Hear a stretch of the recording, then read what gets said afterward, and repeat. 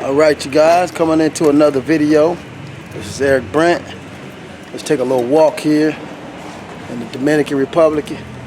Walking around, getting ready to do a video. A lot of people ask me all the time, they say, what's gonna happen to the cryptocurrency? And why are you doing cryptocurrency? That's a good question. And we're gonna cover that subject today. You guys get to see a little view while I'm walking. But that's the main question that a lot of people are asking me, because I came from a financial background and mainly did a lot of real estate in my life, and I did a lot of I traded money actually on the Chicago Mercantile Exchange. I wasn't a broker, but I actually called a broker every day, and I traded for a couple of people in Los Angeles, and I did pretty well with that. But when the economy crashed in 2008, I went from having 30 properties to basically nothing overnight, and I was trying to figure out how the hell did that happen. So what I did was start studying money. Hola. I started studying money, and I started following how money actually works. Not that personal management stuff where they teach you how you got to personally manage your money and all. No. I wanted to learn from a government perspective how money works. I wanted to learn, you know, how does money really work in societies and stuff like that. So the question today is, they asking me the question, how is the cryptocurrency industry going to end up? And they asking me, a lot of people asking me, what do you think is the future of cryptocurrency? That's the subject today. What is the future of cryptocurrency? Now, as a black man studying economics, why did I choose as economics cryptocurrency? That's a good question. And I think that's a question that I want to address. First, I'm going to address the first question. What is the future of cryptocurrency? Well, that all depends. That kind of depends on the fact that if you're looking at it from a kind of like a totally numbers perspective, where a lot of people are looking at cryptocurrency like it's the Wall Street, like, oh, well, Bitcoin is up to 5,000 a day. Oh, it dropped, it's now down to 2,000. So it all depends on what's your perspective. How are you looking at cryptocurrency? One thing I can say to you guys is cryptocurrency, Bitcoin, has outperformed every commodity ever in the history of the world. It has actually outperformed every commodity in the history of the world. Bitcoin has. This is a little store here I'll come to sometime and hang out. You guys can see it. They got Cerveza there, Presidente, really nice guys over there. I don't speak any English. They've been very accommodative to me. But Dominican is supposed to be so dangerous. Look how much danger I'm in right now. So, again, back to the subject at hand. The subject is, what is the future of cryptocurrency? Again, like I said, it all depends on how you're looking at it. Some people are looking at it from a speculative, a truly speculative perspective, meaning that they're looking at it like, you know, Wall Street, where it's up and down, up and down. You're going to have a lot of people tell you guys, don't involve yourself in cryptocurrency because it is volatile. It's very volatile. Well, that's true. It does go up and down. But at the same time, like I said, Bitcoin and cryptocurrency has been the most performing asset ever in the history of the world. It has outperformed gold in the last 5 years. So ask yourself the question, do you want to make some money? Do you want to take your family to a further economic status? Whatever. You need to really look into this. But I'm going to say this. It's two parts to that question. The future of cryptocurrency, nobody knows. But if you're looking at it from a truly speculative perspective, the price is up and down, but long term, if you widen the range of your scope, it has outperformed every asset ever in the history of the world. So, I wanted to say that cryptocurrencies represents freedom, because it's the first time ever that a currency was not attached to a government. And as a black man, that's what made me interested in it, because for some reason, we've kind of like just fell asleep. We're all hypnotized into a deep hypnotic state, and when it comes to money. And what I mean by that is governments control money. Governments control money, has been that way for hundreds of years now, and most of us just fell asleep at the wheel on that. It's like we don't even worry about how money gets its value. And I want to say this: every currency ever in the world, every one that was controlled by a government, ended up in nothing. Nothing. Every one, you can do the history on every fiat currency, every paper money ended up in nothing. Ended up zero at the end of the day. So this is why I'm so excited about cryptocurrency. This is why I'm so excited about it, because it's the first time that the people have the opportunity to trade and to create the value themselves, and not allow the value to be dictated by a government, the value to be dictated by interest rates, by a gross domestic product, or any of that stuff. The value of cryptocurrency solely resides on people using it and trading with it. And cryptocurrency represents anonymity. You don't have to divulge your name and your social security and all that other crap to transact. Now, the future of cryptocurrency, I tell people all the time, is going to be dependent on the condition of the mindset of the people. Wow. And so a lot of people say, what do you mean cryptocurrency is going to be dependent on the mindset of the people? Well, because we've been so hypnotized, and because we're in a deep sleep when it comes to money, and we've just become like little children, and we let governments dictate the value of the money and not the free market. It depends on our mindsets, the history and the future of cryptocurrency. Now, if our mindsets allow us to go back into this deep sleep and let governments control cryptocurrency, then the future of cryptocurrency will be dependent upon the mindset of the people, being that we're going to allow the government just to control it again for us, which will control the value, which will determine whether it is a boom or a bust. And that's got to stop. So it seems to me like lately, people are using cryptocurrency in a centralized manner.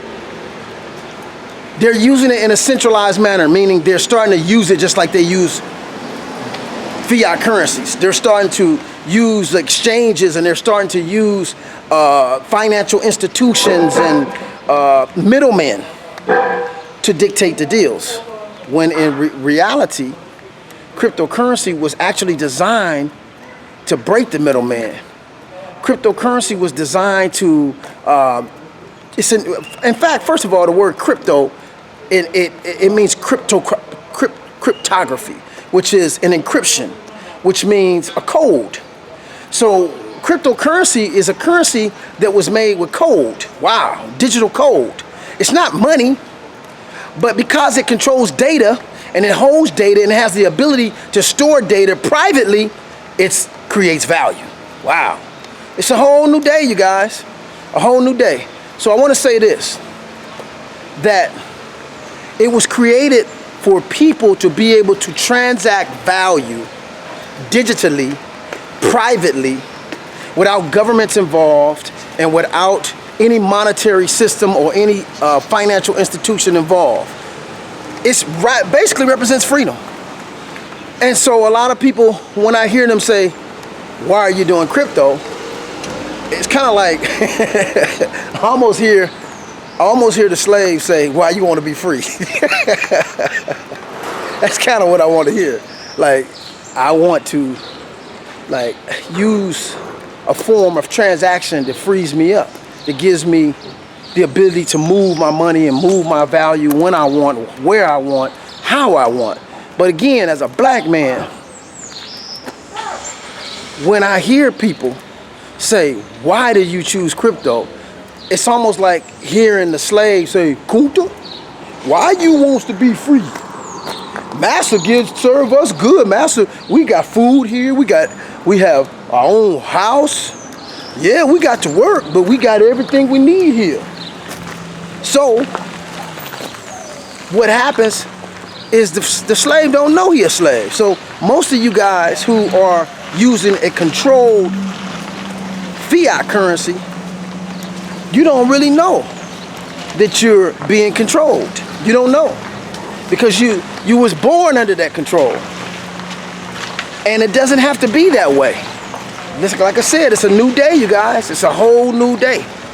And I choose freedom.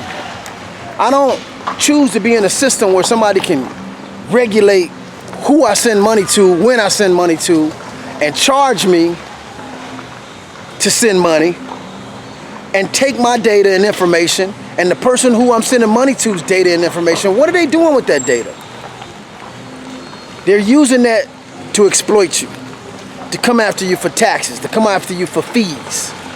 So, to have a currency that's encrypted, or to have a means to send my value encrypted, it actually frees me up from having any obligations to anyone else. Now, what's interesting to me is, how is it that somebody feels like every dime that I make, I owe them something? That's the world you live in. You don't even question it. Every dime you make, someone feels like you owe them. And I'm looking at this new condo over here. It's like a little apartment condo. It's kind of nice. I'm gonna show it to you guys. They're building this over here. And it's kind of similar to the one I live in. And it's just a block away. But yeah, there's a lot of development going on here in Dominican. And you guys don't know, but it's in the cut. I'm gonna actually show you guys over here. And you guys can see up on the hill up there, nice little condos. And they're very reasonable. I think I pay like $300 a month for mine.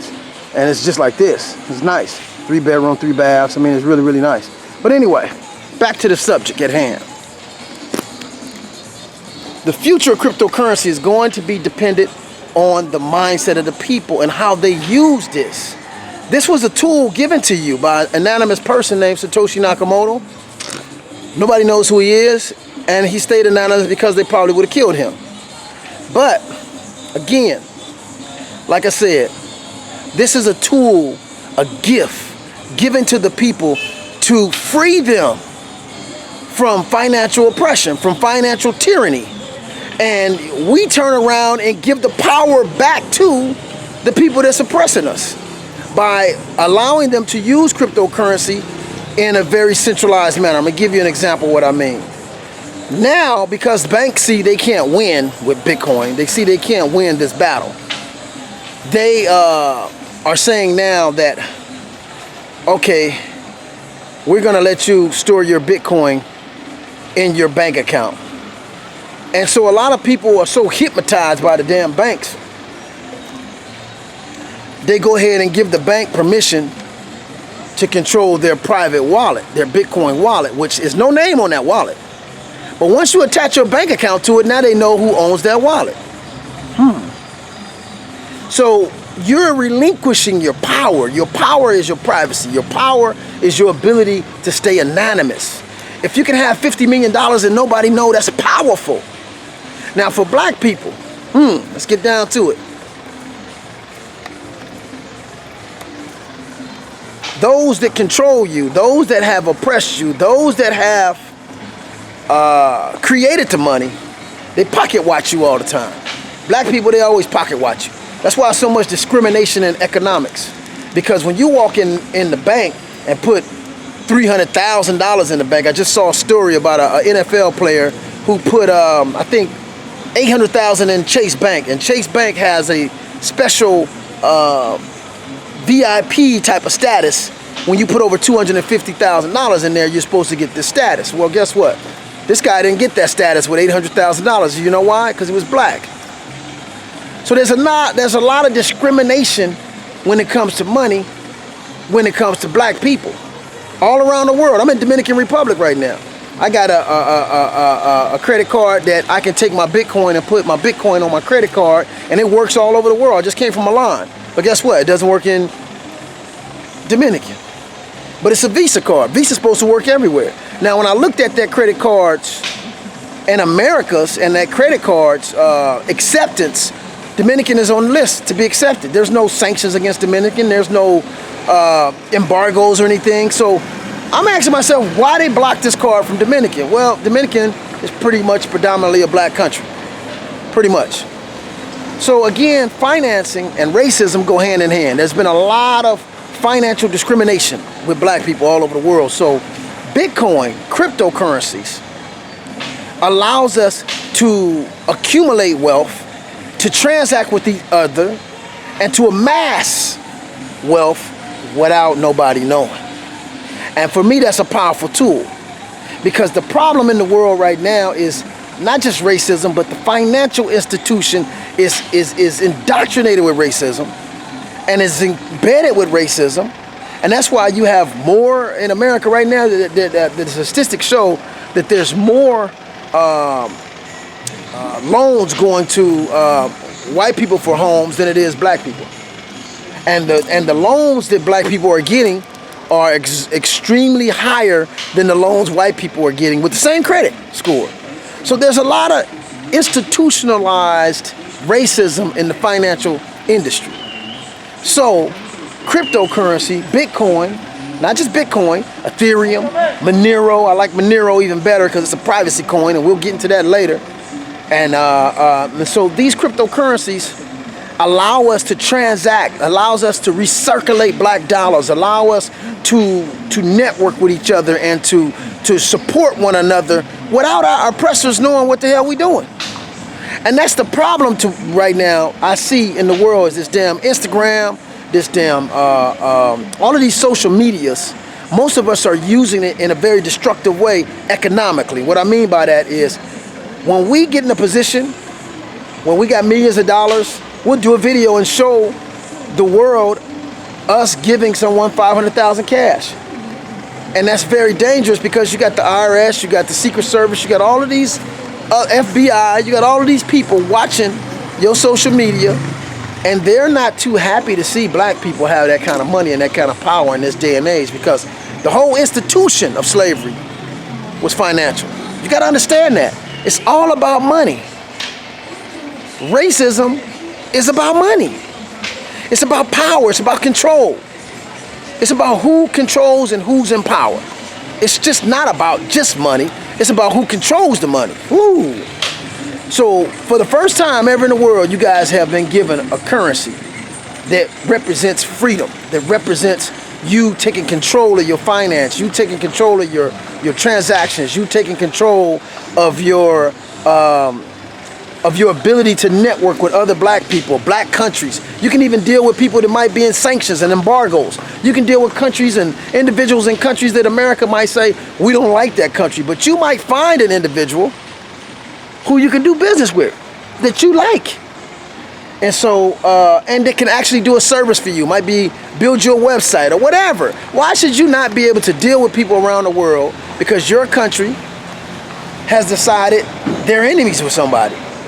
So this is the kind of things that we can do with cryptocurrency. So again, the future of cryptocurrency is going to be dependent on how the people relinquish their power to governments and how the people start using it. And that's going to determine the future of cryptocurrency, I think. That's the answer I'm going to give. But I know one thing, I'm going to continue to use it in a way that empowers me. I'm going to continue to use it, and I'm going to teach it to my people in a way that will empower me. I'm going to teach it, and I'm going to show black people how we can network all over the world using cryptocurrency and recirculating our dollars in a system that nobody can control, nobody can tax it, nobody can stop transactions, nobody can dictate who I can deal with in other countries and who I can't. I'm looking at a bunch of Dominican brothers on the rooftop. They looking at me doing this filming. They waving at me. You know, these people are very nice. It's a very poor country, so you do have to be careful. But at the same time, economies have excluded a lot of countries. I think the number one income here is tourism. That's the number one income. It's tourism here. So if it's not for tourism, this country would probably collapse. But it's a beautiful country, and it's some beautiful women here. And so this is what attracts people around the world. And I think the number one things here is sex. It's like one of the sex capitals of the world. And that is because of the poverty. So when countries are in extreme poverty, then women are subjected to doing all kind of strange things. But that's in all third world countries. But like I said, if we start using cryptocurrency, if we start using other forms of decentralized transactions, black people around the world could come together and deal with each other without somebody checking your pockets, without somebody stopping transactions out of racism and out of the ability that they have to try to control the power structure and things like that. So I just want to see a more economic free world. And I'm sick and tired of my people being so discriminated against. And you know, they always tell us to, you know, go get your own and get off the county and stop begging on the corner. But the minute you see brothers trying to come together and do business together, they stop that.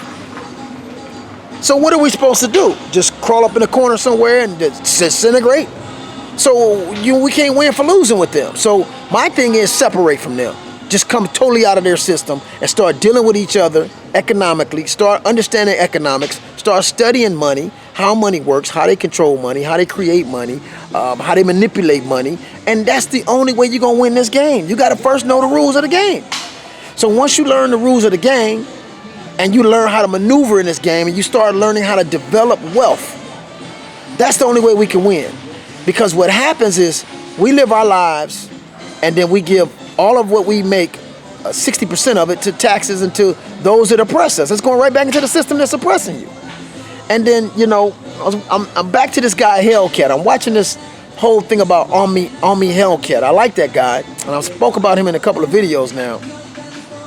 And this guy made over $50 million, a young black man in America, on his own, by doing those fire stick things. I don't know all the technological terminology behind it, but the fire sticks, most of the ones you got, you know, the guy named Omni Hellcat had a huge company. There's several other companies, but he had a huge company that he developed, a young black guy, and all the other companies that's out there that's doing it, they didn't shut them down, but they shut down the black guy company, the young black guy company. They shut his company down. They actually didn't take him to jail because he didn't do nothing illegal, because the whole what you call pirating laws was made in the 30s and 40s when they didn't even have streaming yet. Streaming was not real. Was nothing called streaming. So they didn't take the guy to jail, but they took all of his belongings. They took everything that he owned, because at the end of the day, it's all about keeping black people down and keeping black people from having any economic power. But if that young man would have met me, I would have had a lot of his stuff in trust funds, and I would have had a lot of his stuff in corporations and foreign corporations, and I would have had a lot of his money, 30, 40 million in crypto that they couldn't even see. So how can you take what you can't see? This is how we got to play the game. You got to understand there's a war, there's an enemy out there that's doing everything he can to keep you down.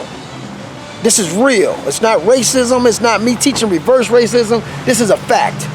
And if you don't wake up to the fact and understand the facts of what's going on, you're going to lose this game.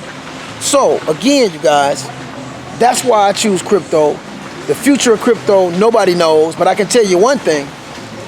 The future of this dollar, I can tell you the future of that. The future of the US dollar, the future of all fiat currencies.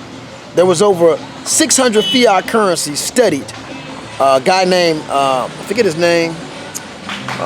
He studied all the currencies in the world. He went from A, he got to C. He didn't even get to D, F, G, H, I, J, K, L, M, N, O, P. He just went from A, B, and C. He got to 600 currencies throughout history, and every single one of them ended up in zero. So we know the future of the fiat currency. I don't really know the future of cryptocurrency, because again, it's going to be all dependent on how we let the governments in and how we give up our power to them to be able to identify us in our transactions. I suggested we don't do that. I suggest that we stay decentralized. Decentralized means that there's no center server for them to hack and see who's who. It means there's a network of people. There's a spider web, network upon networks upon networks, all connected, and there's no center entry. Okay, and everybody is independent. And it can't be hacked because it's encrypted. That's the kind of system we need to go to, because that's an equal system. That's a system that nobody can manipulate and control all the people. So that's what I'm about. That's what I went to cryptocurrency for. And a lot of people say, well, if he's hiding money, he's doing something wrong. That's not true. Everybody that's being private, or everybody that wants some sense of privacy, doesn't mean they're wrong, doesn't mean that they did something illegal. They just want to be private. Because one thing I notice about the economic system around the world is controlled by a small group of people. And what they want to do is not only print the money, they want to control who has it, and they want to monitor how much you have so they can tax you. Okay? Now, one thing they tell you in the rights, when you read your rights in America, I don't know how it is in other countries, but in America they got this thing called the Miranda rights. When they read you those rights, the first thing they say is you have the right to remain silent. Then the next thing they tell you is anything you say can and will be held against you. You have the right to an attorney, all this stuff. Okay, a representative. Well, anyway, when you go to court, the judge, before they sentence you or before they hear your case, he says, hey, you read him his rights? Yeah, we read him his rights. Okay, well, that means anything that's coming at him now, it's open game, because the first thing they tell you is you have the right to remain silent. Now, let's not reverse it. Let's just use what they call like a synonym or something. Something that's synonymous with that word, silent, private. You have the right to remain private. The same rules apply for money. You have the right to remain private.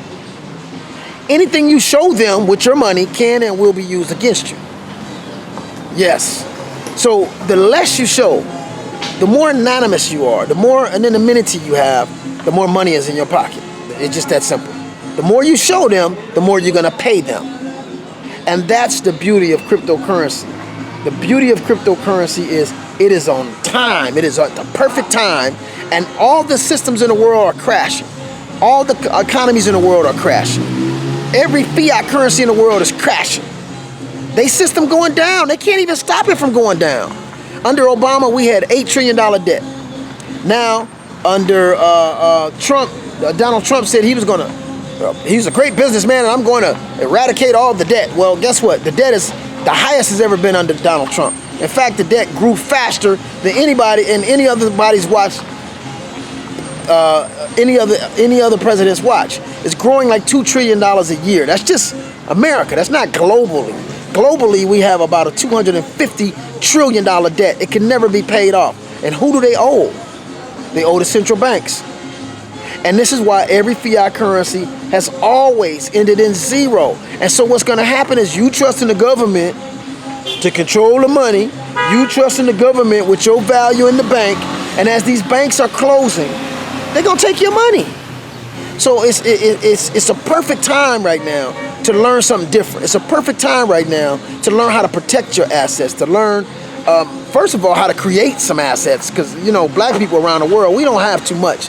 And this is an opportunity with cryptocurrency for you to get in this game and make a shitload of money. Ooh, excuse me, I didn't know if I said that. But this is a perfect time to use this technology to make a lot of money. You can make a lot of money right now in this industry. I mean, it's wide open. They're not talking about that. In fact, most people made, in the last 2 years, there's more money being made off of the other currencies, not even Bitcoin. The last 2 years, more millionaires were made on the altcoins. They call them altcoins, alternative coins. There's over 3,000 altcoins. And all these coins, people are making millions. Because some of these coins you can buy at 2-3 cents a coin, and then they end up $30 and $90. Could you imagine at a half a penny or 1/10 of a penny buying 1 million coins for $100 or something? And then that coin ends up being $20 or $30. That's $20-30 million you bought for under $100. It's happening every day in this industry. But you guys got to learn this. You got to learn this industry. So we have a class, the Family Cash Machine. There's a link right up underneath this video. You guys can go to the Family Cash Machine and you could stay to the left, because on the right side, we're upgrading our servers, and we're gonna have a network marketing connected to this, so you guys can make money off of this knowledge. But right now, you can make money off of the knowledge for yourselves by learning this knowledge, learning how it works, and learning how the system works, and learning how cryptocurrency works, learning the blockchain technology, which every bank is going to right now. You need to learn this and learn how to make money on this, okay? So go to the Family Cash Machine, grab this link underneath here, stay to your left, and become a student. Take the Phoenix class, it's free. And after you take that Phoenix class, then we can decide if you're going further, if you want to pay for some courses, because one thing you can never, ever, ever do is you can't go wrong with investing in yourself. So if you pay for courses with us, if you pay for economic classes, something that you can use that's going to make money for you, something they're not teaching you in class, and something that's relevant today, if you're paying for some knowledge that's relevant economically that you can use right now to make money, I don't see how you're going wrong with that.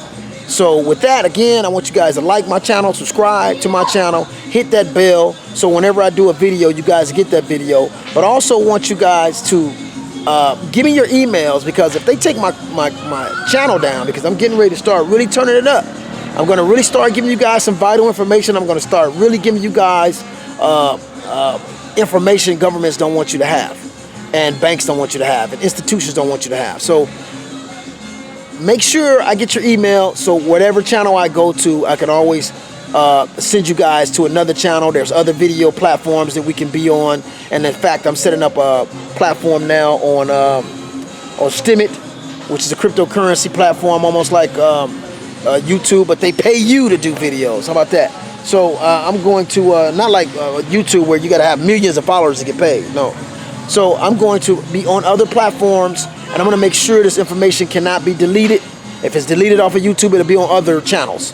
So again, like, subscribe, hit the bell so you get notifications, and join the Family Cash Machine. We're teaching generational wealth, and we're teaching how central banks have just dominated and basically destroyed economies throughout generations. And so you need to learn that, so you don't get caught up in this next one that's happening. It's getting ready to happen within the next 2-3 years. I can't say exactly when, but every economist in the world is saying it's getting ready to happen. Even one of the head guys, the former guy of the Bank of England, said that we're headed for a major economic disaster. They can't stop it. And so what they're doing is printing a little money, not a little, a lot. They're printing, actually right now, they printed 3 times the amount they did in 2008 when we had the crash.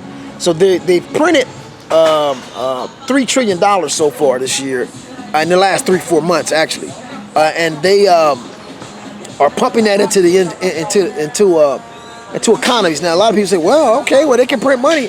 You can't just print money without anything backing it. It has no value. So the more money you put out there, the more fiat currency you put out there without anything backing it, it gives it less value. So what happens is it costs more dollars to do the same thing that you did last year. The problem with that is incomes are not going up. So we're headed for a huge economic disaster, because all